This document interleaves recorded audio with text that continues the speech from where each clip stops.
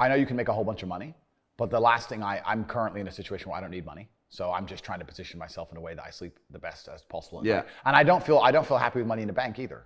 I don't. That's the worst. Not because of even inflation. Like if I load up my bank balance and it's $87 million, that doesn't make me feel comfortable. It makes me feel the opposite. Right. Because the one day you click on the app, sorry, contact customer service. You're like, you fuckers. Yeah. You fucking, like, they'll just do that shit to you. So it's like, I don't like money in my banks. I don't like money in a house. It's hard. I know it's hard. You're it's only difficult. insured up to the first £86,000. So if you've got a couple mil and then the bank goes bust, gone. It's clown world. But I think there's a lot that can be done. Like, I'll give away one of the things I like to do. Just one. So personally, I prefer the idea of digital real estate, because digital real estate is not controlled by one government jurisdiction, and it can be owned by some obscure entity. So let me give you an example. Let's say I were to buy www.money.com. That's worth money. If I could put anything on there and generate money, so that's worth money. I'd pay a lot of money for it. Yeah. And let's say that was owned by a Singaporean trust. Boom. Yeah. I feel safer with that than a house. Okay. No, that's interesting. Does that make sense? Yeah, it makes sense. Because now if anyone wants to find out who owns money.com, even though I've just said it here on this podcast, they're like, look it up, some Singaporean trust. Okay, contact the Singapore authorities. Who owns this trust? We can't tell you. Court injunction. Years and years and years and years. Yeah. It's complicated, and I feel like I own it more than a house. See, it's interesting. And my attitude is you've got to invest in what you know. Yeah. If you've made a lot of money, you should invest in what you know. Oh, completely. I don't invest in certain stuff if I don't understand it. Completely. And even if people tell me this is a great investment, this is a great coin, I'm thinking, I'm all good, thanks. Because I want to invest in what I understand. And if you understand digital assets, I mean, for me personally, I think owning a website or a link, for me, would feel more risky, because I can just see any minute, bang, can't open it. I'd rather own land where even if there's a war and the house gets knocked down, I've still got the land. There's a shortage of land. I understand. You know, I understand. But and there's so many ways to skin a cat. And that's what's so beautiful about making money, right? And I completely understand that. My block is ideological. I'm not saying it's a bad idea. I know that a lot of money can be made. However, let me give a caveat to that. Oh, here we go. I do think that most of the ways money is made on the planet, nearly all of them are Ponzi schemes. I think stocks are a Ponzi scheme. And when I say Ponzi, I mean that if you're in early, you make a bunch of money. And if you're in late, you get wrecked. Money doesn't come from the thin air. Money doesn't come from the sky. So let's look at crypto, right? A lot of people ask me about crypto. Hey, what do you think about this coin? What do you think about this coin? Most people don't understand that the crypto market is player versus player. And it's funny because these new crypto coins launch and they start these Telegram groups, these communities. And all the people who have bought the coin are in this community and they're all like acting like they're friends. You're not friends. Yeah. If you bought it at $1 and you want to sell it at a profit of $10, someone has to buy it off you. So it doesn't just come from the sky. You're selling it for more than you bought it for, right? So a bunch of people get in, money comes in, price goes up and up and up and up and up and up. There's always going to be a guy who bought the top. Yeah. And it never goes up anymore. Yeah. And he gets screwed. There's X amount of people at the top who get wrecked so the people at the bottom can make money. Yeah. It's a Ponzi. Every crypto is a Ponzi, all of them. I could go get $100 million right now, go to England, walk around, and make a bunch of money in real estate. Because I got liquid cash. It ain't that. I'll take that. I'll take that. I'll take that. I've got all the time in the world. It might take me 9 years. That'll go up. Yeah. That'll go up. That'll go up. I could do it. But there's also Bob and Sally working their ass off, 22-year mortgage, 10% interest rate, slugging it. When we own our home, Sally, then we'll be okay. Don't get me wrong. I think that property is something that can be bad. I think that buying your own home, I think that the Help to Buy scheme is a scam. Because I'm a developer. Okay. So I build houses. Yep. And the Help to Buy scheme is not Help to Buy, it's Help to Sell. Yeah. Because basically the people that are getting bought into the Help to Buy, the government are loaning them the money, they have to pay it back. Yep. It's only applicable to a new build. It's only applicable if you live in it. Yep. So it's really to encourage the developers to build and flog off their stock at an expensive price. Yep. And then the people that are buying it, the second that they buy it, it drops in value because it's a new build. 100%. They've got to live in it. They're in negative equity. They're finished. Yep. So the Help to Buy scheme, I guess, is a way of investing in property, or not even investing, but a way of buying property. I don't think you should do that. I think that before you buy your own home to live in, I do own my own home, but I only bought it last year after making millions. So I think before you buy your own home, if you're ever going to, become a millionaire first. Oh no, completely. There's so much to say for renting, because when you rent, you have flexibility. Yeah, true. I think that flexibility, if we're talking about the attention economy, and we're now living in a world where things are changing so rapidly. Think of how different the world was 10 years ago. Yeah. 10 years ago, we had Motorola Razrs, couldn't even do a video on our phones. Now we can film Hollywood movies. Yeah. Like, it's crazy how fast the world's changing. If you're gonna say, for 22 years, I'm gonna live at this address, you're a dummy. Because you might get an opportunity in Japan. Who knows, right? Yeah. You're a dummy to do that. So I agree.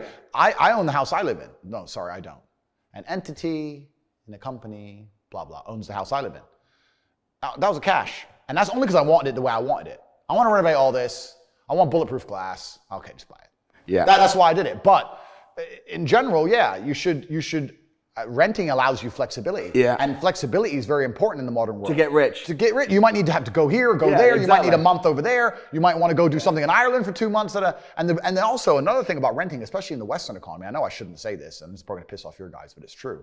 There's really very little downside to renting, because even if you don't pay your rent, they can't make you leave. Like, it's fucking clown world over here. Like, oh, you're renting 3 months, you don't even pay your rent, and you're still fucking sleeping fine. Yeah. So the whole thing is like, rent is fantastic. I would only recommend renting, unless you get to the point like you, where you have so much money, you just buy it. That's why our tenants are guests, not tenants. Good, I like that. So they don't have the same... Yeah. Well, I live in Romania, so we have my tenants, because I do have tenants, we have a slightly different system in Romania. You're an hour late, bro. You better pack or pay. But you know what though? They make it really strict to try and help the tenants. But what actually happens is the landlords become really no. The landlords become really strict with the vetting process. Yeah, of course. Ask for big deposits. Yep. My sister's trying to rent somewhere. She's a single mom, and the letting agent said we don't rent to single moms. Yep. Right. So what's happening is it's actually hurting the tenants. Of course, yeah. So it's all the things that the government do to try and help the poor often end up hurting the poor. What did we say earlier about trying to give money out? The government is not capable of helping the poor. And this is why it's so important as a person, you take personal responsibility and understand you're living in a world where the matrix can be cracked. You can make a bunch of money, but you need to take responsibility and do it. I will sit here and say right now on this podcast that I have hundreds of millions of dollars. And if you go to cobratate.com, my website, cobratate.com, you can sign up for a free email. I have an email list, and I'll send an email a day for free that will teach you how to make money. I can say that here, and of the 100,000 people who watch it, 5,000 might sign up. 95,000 will sit there drooling, and they'll just ignore me, not sign up, and then 2 minutes later going, bro, it's so hard out here to make money. Just dumbasses. Like, you're not even trying. You're not trying. Right. You're like, what we were saying earlier about player versus player is absolutely not really true. If it's player versus player, and you're competing against everybody else, because you're competing up against everybody else all the time, and you want to also, on top of that, be low energy and lethargic and lazy, well, then you just don't stand a chance. You're get wrecked. There are people out here who are prepared to work their ass off. Yeah. And if you're not going to be that guy, then you're going to fucking lose. But nearly all the ways to make money, I was saying a little bit earlier, are Ponzi schemes to a degree. And that's what's kind of interesting about it. It's unfortunate that certain people in nearly any industry or any money generating avenue are always going to get wrecked. And that's just kind of how it works. And that's the way the whole system, the whole world works. I mean, even me, man, like, I made a bunch of money on the Russian ruble. When I saw the way the war was going, I'm $30-40 million I made. I knew the ruble was going to go up. That's an all-time high now. But that takes perspicacity. This is also comes into network. The average person is not sitting around having conversations about the war in Ukraine and the Russian ruble and the financial impact of the war. Me and my team and my network, we're different. Like, most people see the news. They watch the news. Okay, yeah, okay. Anyway, me and my team, we're watching the news. Okay, how can that make us money? How can that make me money? How can that make me money? Right. And it's a different attitude. I'm having endless conversations about the financial impacts of the war in Ukraine and whether we think that Russia's going to win or lose. And now the Russian ruble is at an all-time high. The Russian economy is stronger than it's ever been. After crashing at the height of the sanctions, when they took away the sovereign wealth fund of Russia, which is fucking criminal anyway, they did that. It dumped down, and now it's higher than it's ever been. On a currency to get a 3x. Yeah. It's nearly unheard of. People don't talk about these things.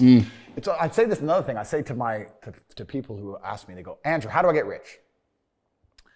And I say, okay, well, you're probably not going to get rich because I bet you're lazy, but let's say you're not lazy. The number one habit that people need to adopt, and this is a habit I had for a very long time, and I've actually recently cleared it from my brain because I've reached a point where peace of mind is worth more than money. But every single time money is spent, you need to identify how your money was taken from you. And I say taken because money can't be made. Money is taken. because the only people who can make money are the governments. If you're a government, you can make money. You can print it from thin air, or a bank. But if you're a person, you're not making money. You're convincing other people to give it to you. You're taking money from others. So every single time you spend money on anything, you need to identify how it was taken from you. When you go and buy a coffee, don't just go buy the coffee and sit down. Sit and say, why did I buy this coffee? Okay, I really wanted coffee. Yeah. But then why did I go into this store and not that store? Is it better advertising? Does it have less of a line? Do they have seating? How did they convince me to come in here? How much did this coffee cost? £6. What's the profit margin on that? Probably £5.50, £5.80 probably by the time. The cup probably costs more than the coffee. The coffee is just water. How did they convince me to spend £6 in this place? And when you sit there and analyze and you all start to learn little lessons about business, you'll learn about the importance of the signage. You'll learn about the importance of there being no queue. Yeah. So that if you ever run a business, I'm telling you, I say with my business, my people all the time, faster. All the time, quicker. Yeah. Like I have a couple businesses that are physical. I'm like, I don't want to see a line. I don't want it to see empty because it looks bad.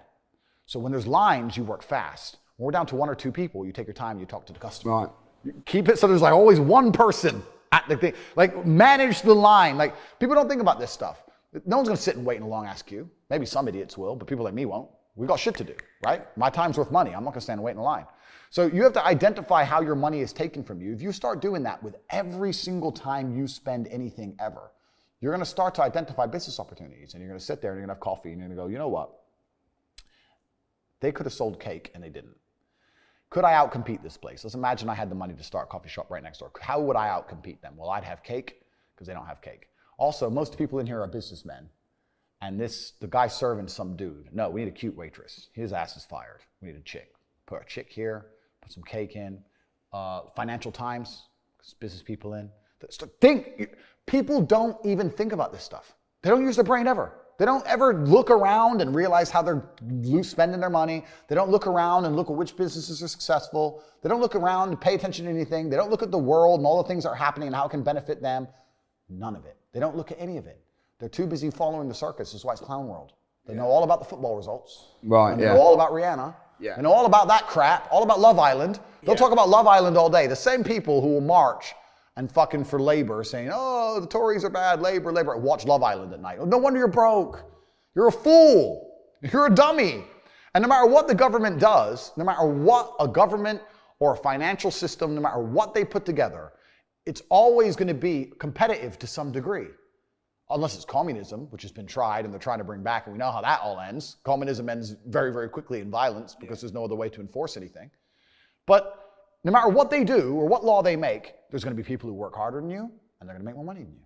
So if you're going to be a lazy dummy watching Love Island and not paying attention every time you spend money and not try and think and use your brain, guess what? You're going to stay fucking broke. Yeah. And I'm also going to say this now. I know for a fact when I talk about how the world works, and people say, but why would the people in charge do that? And I say, because they view you as scum. And the reason they view you as scum is, I can say this, and I'm not saying this in a horrible way. I'm from a council estate, right? I came from absolutely nothing. And I'm now at my position in life, and I know how hard I've worked. When I meet somebody who's whatever, 50 years old, and they have absolutely zero money, I don't think, oh, he's had it hard. I thought, you just didn't, you're just lazy. Your sympathy disappears after a certain amount of time. When you pull it off, you pulled it off, I pulled it off. When you've been through X amount of shit to pull it off, and everyone's just coming out with excuses all the time, sympathy vanishes. Yeah. Like, look, I'm sorry, I don't buy your shit. Right. You were too busy sniffing, drinking pints, doing all this dumb shit. I wasn't doing it. I don't feel sorry for you people. And that's what happens after a certain amount of time. So if I feel that way, and I'm also from a council estate, imagine these people who were born as billionaires. Yeah. How do you think they view us? You think they give a shit about wrecking our currency? I don't give a fuck. You better find something to eat on the floor. They don't give a shit. This world is so much crueler than people understand. I've had people all the time come to me saying, yeah, I want to make money. Go take a half an hour and learn about fractional reserve banking. Learn you don't even know how money works. Yeah. You don't even know how a bank works. Like, how are you going to make something you don't know what it is? Right. Like, it's crazy.